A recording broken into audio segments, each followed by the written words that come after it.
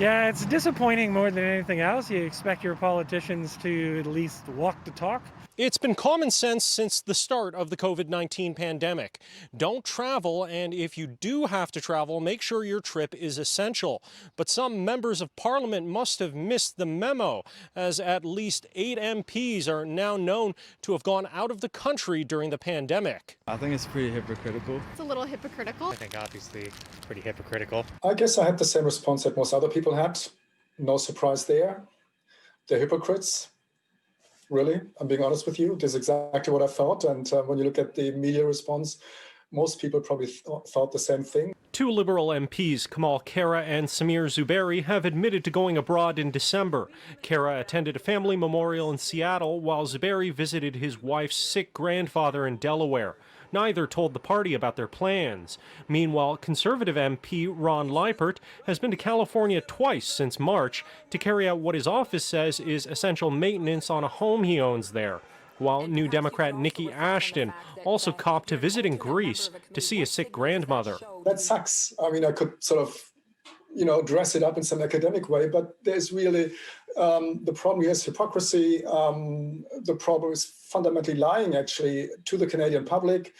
And this is all pretty shocking. And I think you got to ask yourself, what will be the consequences for future public health promotion campaigns where you might need these people again, and nobody, for obvious reasons, would bother any longer to listen to them. I think it's very easy to call someone a hypocrite, especially when you're not a politician.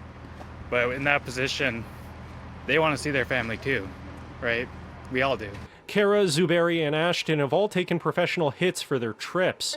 Khera has resigned her parliamentary secretary role, and Zuberi has resigned his committee appointments. Meanwhile, the NDP has stripped Ashton, once a party leadership candidate, of her shadow cabinet roles. But Canadians were uncertain about what, if any, further consequences should be in store. That's tough. I don't know if I would say they should be, I don't know if they should vacate their position necessarily, but perhaps some sort of a fine that could go towards healthcare workers or something like that, maybe. I don't know. They should be treated just as any other citizen would. The scandal has also brought fresh attention to the recovery sickness benefit, which pays Canadians forced to miss work due to a quarantine. Now, this includes quarantines required for people returning to Canada after traveling abroad, and some are concerned that our traveling MPs may qualify for the program.